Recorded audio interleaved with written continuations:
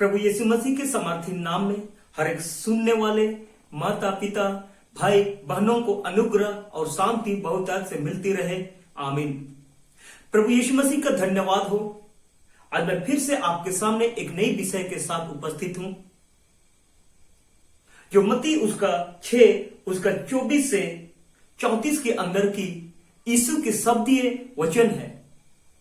मेरे प्यारो, हम लोग पढ़ेंगे आज मत्ती उसका 6 उसका 25, जो ऐसा लिखा हुआ है, इसलिए मैं तुमसे कहता हूं कि अपने प्राण के लिए यह चिंता ना करना कि हम क्या खाएंगे और क्या पिएंगे, और ना अपने शरीर के लिए कि क्या पहनेंगे। क्या प्राण भोजन से और शरीर वस्त्र से बढ़कर नहीं। मेरे प्यारो, यहां पर हम लोग देख रहे हैं यीशु कहते हैं अपने प्राण के लिए चिंता ना करना। आज प्राण की चिंता किसको नहीं है। देखा जाए दुनिया के अंदर में बढ़ती जनसंख्या के साथ में बेरोजगारी इतना ज्यादा बढ़ती जा रही है। हर व्यक्ति को अपने प्राण की चिंता है। हर व्यक्ति चाह रहा है कि हमें रोजगार मिले। हर व्यक्ति चाह रहा है कि हम एक अच्छा संपन्न जीवन जिए। हर व्यक्ति चाह रहा है कि एक अच्छा जिंदगी हम जी सके। सच्चाई है, पर यीशु हमसे कहते हैं अपने प्राण की चिंता ना कर कि हम क्या खाएंगे, ना अपने शरीर की चिंता कर कि हम क्या पहनेंगे। मेरे प्यारो, यहां पर हम लोग देख रहे हैं कि यीशु मुझसे और आपसे कहता है अपने प्राण की चिंता मत करो। आगे अगर हम पढ़ेंगे तो यहां पर ऐसा लिखा हुआ है, आकाश में उड़ते पक्षियों को देखो, ना तो वे बोते हैं, ना वो काटते हैं, ना उनके खाते होते हैं, लेकिन स्वर्गीय पिता फिर भी उनको खिलाते हैं। आगे लिखा हुआ है, तुम्हारा मूल्य इन पक्षियों से बढ़कर है। आइए मेरे जवान युवती भाई और बहनों, ये जितने बेरोजगार में जीने वाले हर एक भाई और बहनों, आज मैं आपके सामने इस वचन के तहत मैं आना चाह रहा हूं। यीशु हमें उन आकाश में उड़ते पक्षियों की ओर दृष्टि करते हुए कहता है, उनको देखो, ना वो बो रहे हैं, ना वो काट रहे हैं, लेकिन फिर भी स्वर्गीय पिता उन्हें खिला रहा है। आगे हमसे कहता है कि तुम्हारा मूल्य उससे बढ़कर है। आप इस बात को सोचो कि हमारा मूल्य क्या है। यीशु हमें किस ओर दृष्टि दिलाना चाह रहा है। आकाश में उड़ते पक्षियों को दिखाते हुए कह रहा है कि उन्हें देखो।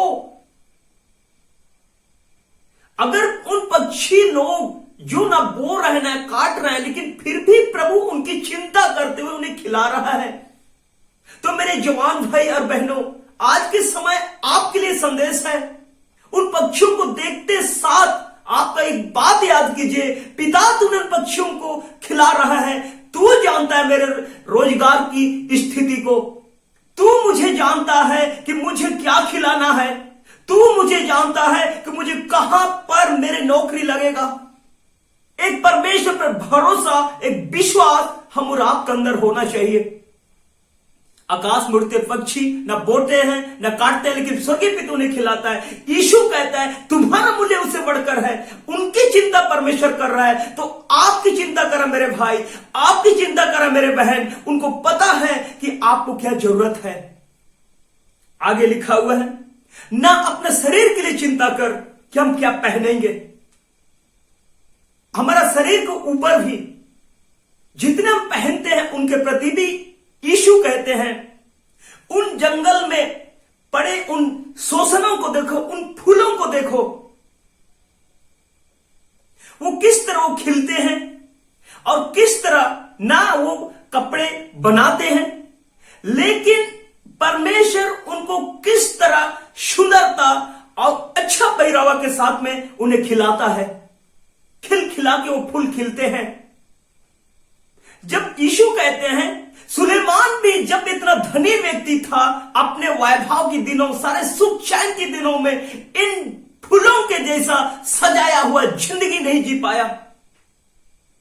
तो परमेश्वर यीशु हमसे कहता है, मेरे प्यारो, उन फूलों से भी ज्यादा मूल्य आपका है। उन फूलों से भी ज्यादा मूल्य आपका है। इसलिए आइए आज उन फूल से भी हमारा कहता है कि उस जंगल में पड़े उन फूलों की ओर दृष्टि करो।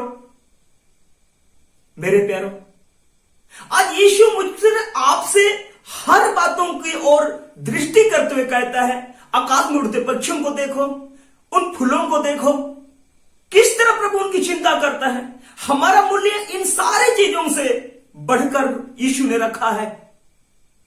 मेरे जवान भाई और बहनों, आज आपके सामने इस वचन के तहत मैं आना चाह रहा हूं। लिखा हुआ है यहां पर, इसलिए तुम, यहां पर लिखा हुआ है मत्ती उसका 6 उसका 31 के अंदर की घटना को मैं पढ़ रहा हूं। इसलिए तुम चिंता करके यह ना कहना कि हम क्या खाएंगे या क्या पिएंगे या क्या पहनेंगे। मेरे भाई और बहनों, यीशु कहता है मत चिंता कर, चिंता करने की जरूरत नहीं है। आप बोलेंगे भाई क्यों चिंता ना करें, बेरोजगारी चरम सीमा पर है, इतना पढ़ लिख के मैं ऐसे ही पड़ा हुआ हूं, चारों तरफ से ताना, चारों तरफ से हर तरह की परेशानी, हालात मेरे सामने खड़ा है, कैसे चिंता ना करूं।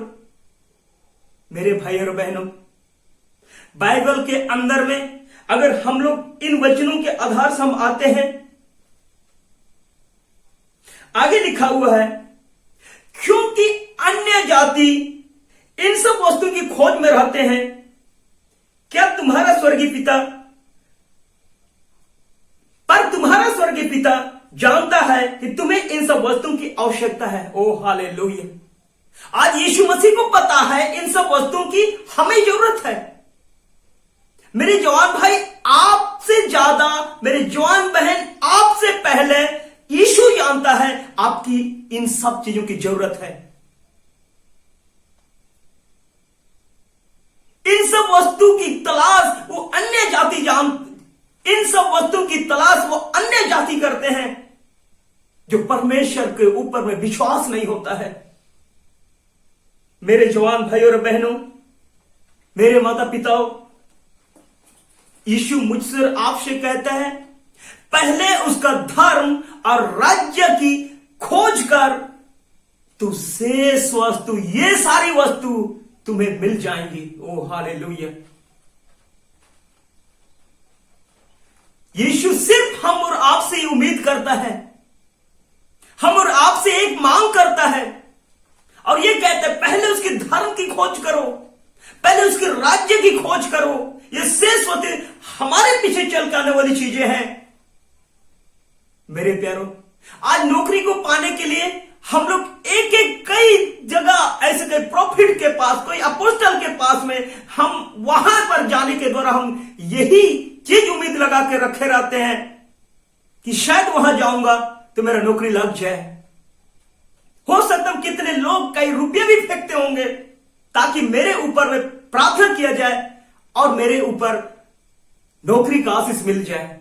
मेरे जवान भाई और बहनों, ये यीशु मसीह की भविष्यवाणी है और इस भविष्यवाणी को रिसीव करते हुए आपके सामने कहना चाहता हूं, आप रिसीव कीजिए कि लिखा हुआ है, पहले धर्म और राज्य की खोज कर, तुम शेष वस्तु तुम्हें मिल जाएंगी।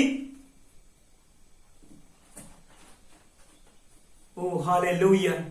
आइए मेरे भाई और बहनों, हम इन सारे वस्तुओं की तलाश के अंदर में कई जगह पर, हर जगह पर जाके हमने कई रुपया फेंक के हमने इस चीज को पाने की कोशिश करते हैं, लेकिन हम कभी भी वचन की गौरता और वचन की गहराईता को हम देखने तक के कभी इन वचनों की गहराई को हम जानने की कोशिश नहीं करते हैं।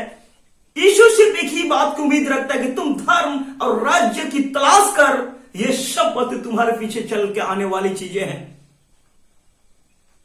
मेरे भाई और बहनों, आज मैं आपके सामने कहना चाहता हूं, हर एक जवान युवती आज बेरोजगारी के अंदर में जी रहे हैं, हर एक जवान युवती आज रोजगार की तलाश के अंदर में यहां से वहां हम भटक रहे हैं। एक एक हर तरह की नौकरी की आवेदन देते हम थक गए होंगे, लेकिन अभी तक हमारे लिए नौकरी नहीं लग रहा है।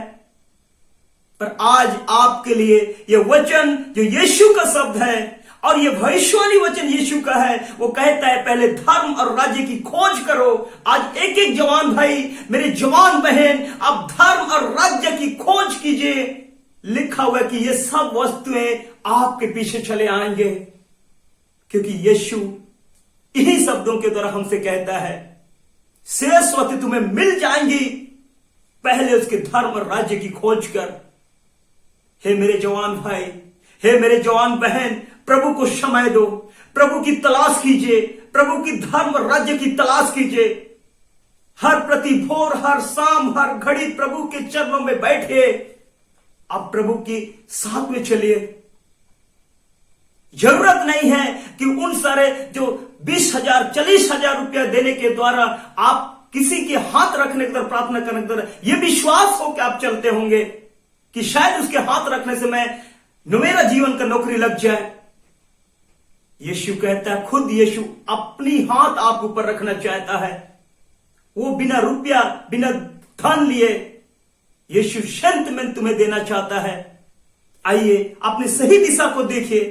हे मेरे जवान भाई, हे मेरे जवान बहन, यीशु आपसे प्यार करता है, आपके मूल्य को जानता है, आपकी बहुमूल्यता को जानता है।